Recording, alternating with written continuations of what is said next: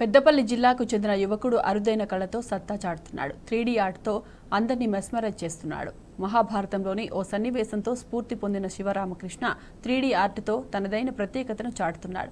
దక్షిణ భారతదేశంలోని ఏకైక 3D ఆర్టిస్టుగా గుర్తింపు సాధించి దేశ విదేశాల ప్రజలను మెప్పిస్తున్నాడు.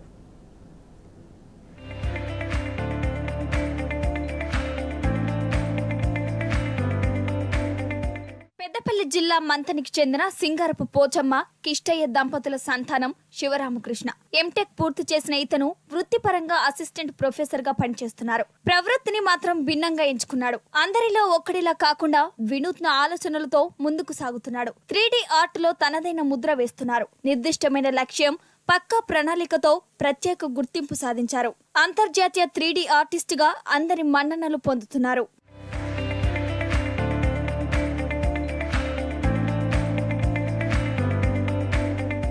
మహాభారతాన్ని ఆదర్శంగా తీసుకున్న శివరామకృష్ణ ఆ దిశగా ముందుకు సాగారు.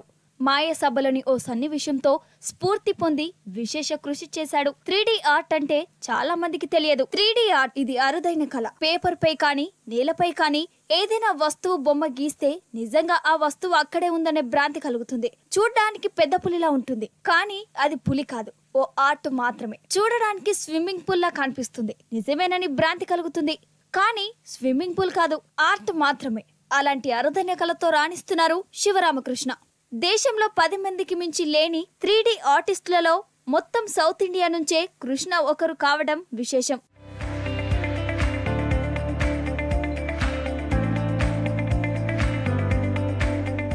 లక్ష్య సాధనలో ఎన్నో మైలురాళ్లు అధిగమించిన శివరామకృష్ణ 3D ఆర్ట్ లో ఎన్నో అవార్డులు సొంతం చేసుకున్నారు. దేశ విదేశాల్లో ప్రముఖులతో ప్రశంసలు అందుకున్నారు.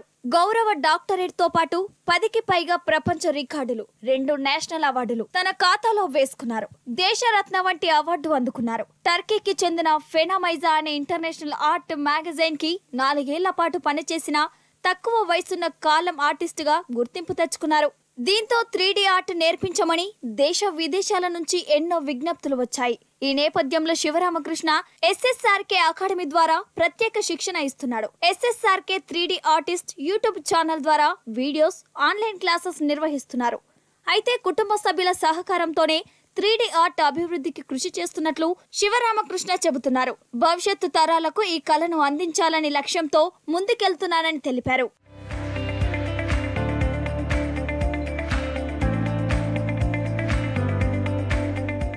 అవునండి, 3D ఆర్ట్ని డెవలప్ చేసే సందర్భం వచ్చినప్పుడు దాని మీద పుస్తకం కూడా రాశాను.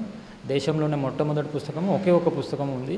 అది నేను నేషన్కి, అంటే జాతికి నా యొక్క కాంట్రిబ్యూషన్ లాగా నేను గర్వంగా ఫీల్ అవుతున్నాను. అంటే దేశానికి నేను కాంట్రిబ్యూట్ చేశాను నా నాలెడ్జ్ని అని ఒక పుస్తకం రాశాను.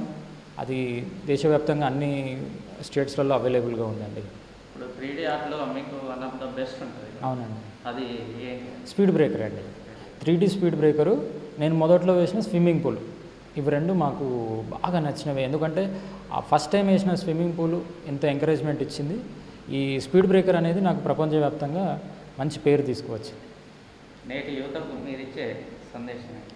డిసిప్లిన్ అంటే మోటివేషను, డిసిప్లిన్ అనే 2 పదాలు వాడినప్పుడు, మోటివేషన్ అనేది మనకి ఒక రోజు ఉంటుంది, 2 రోజులు ఉంటుంది, ఇది చేద్దాం అది చేద్దాం అనే ఒక ఉత్సాహం ఉంటుంది. 4వ రోజు నుంచి నీరు గారిపోతుంది.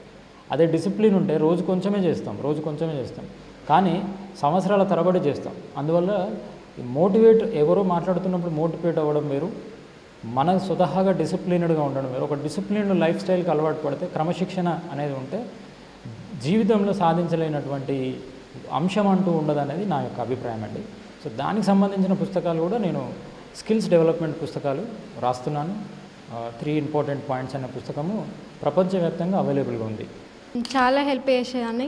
ఒక్కొక్కసారి అయితే కోప్పడే, అంటే మనసులో అనుకునేదాన్ని, ఇంత చేస్తున్నారు కదా, ఇంత టైం వేస్ట్ అవుతుంది కదా, ఇదే ఇంకో దగ్గర అంటే చదువులో కానీ దేంట్లో అయినా పెట్టచ్చు కదా అని అనుకునేదాన్ని.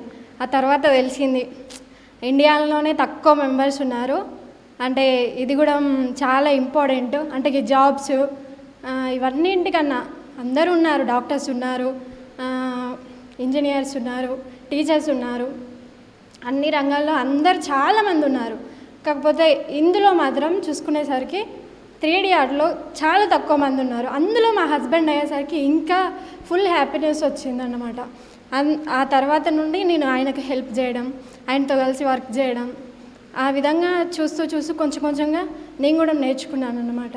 Japanese, Turkish, Russian, Portuguese, Chinese, Philippines, Albanian, English, Urdu వంటి అనేక భాషల్లో SSR కృష్ణ 3D ఆర్ట్స్ పైన ప్రత్యేక కథనాలు వెలువడ్డాయి.